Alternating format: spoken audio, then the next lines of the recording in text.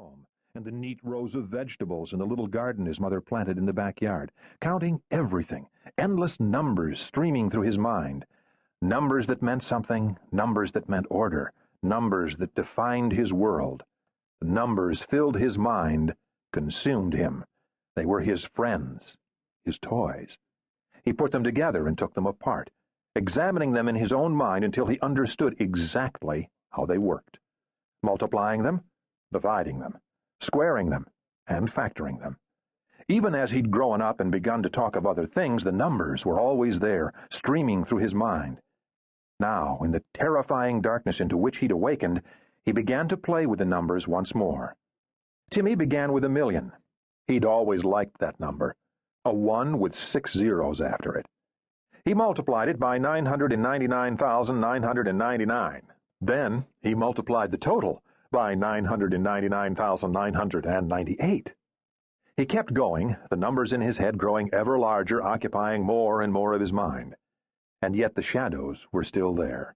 And though he tried to concentrate only on the numbers, never losing track of the total, the shadows and the silence still close around him. He moved the numbers into the space in the back of his mind where he could keep them going with half his mind, and used the rest of his mind to try once more to figure out where he was, and how he'd gotten into the shadows. School. He'd been at school before he woke in the shadows. A nice school. A school he liked, where the other kids were almost as good at numbers as he was. A pretty school with a big house set on a broad lawn, shaded by the biggest trees Timmy had ever seen. Redwood trees. He'd never seen trees that big before his parents had brought him to the school, nor had he ever had friends before. Friends like himself, who could do things with their brains that other children couldn't. But now something had happened to him. What? He tried to remember. He'd been in his room on the 3rd floor. He'd been asleep. And before that, he'd been crying because he'd felt homesick, missing his mother and father, and even his little brother whom he didn't even really like. He'd cried himself to sleep, wondering if everyone was going to tease him the next morning because he'd burst into tears in the dining room and run out and up the stairs, slamming his door and not letting anyone in all evening. Then, sometime in the night, he'd awakened and heard something. Heard what? Timmy couldn't remember. He concentrated harder, and a memory, so fleeting it was barely there at all, stirred. A rattling sound, like the old elevator that went from the 1st floor all the way up to the 4th floor. Then, nothing, until he'd awakened in the shadows, awakened to find that there was still nothing. Once more he tried to reach out, but his body refused to respond, refused even to acknowledge the commands his mind issued. Paralyzed. His entire body was paralyzed. Now the panic that had been entangling him in its grasp gripped him with an irresistible force, and he screamed out silently. He tried to scream again, when out of the shadows, lights began to shine, brilliant lights in a spectrum of colors he'd never beheld before in his life.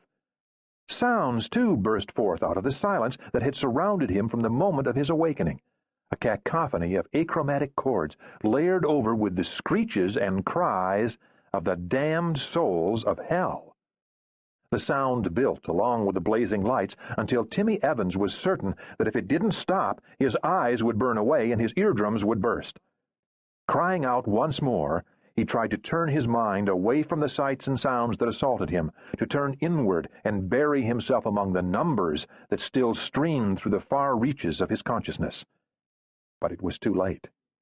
He couldn't find the numbers, couldn't make sense of the gibberish he found where only a few short seconds ago the order of mathematics had been.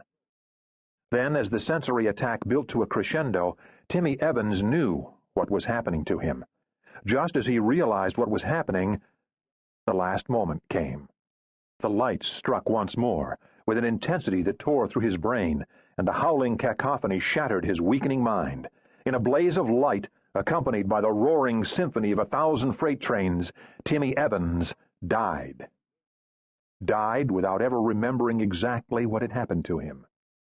Died without understanding how or why. Died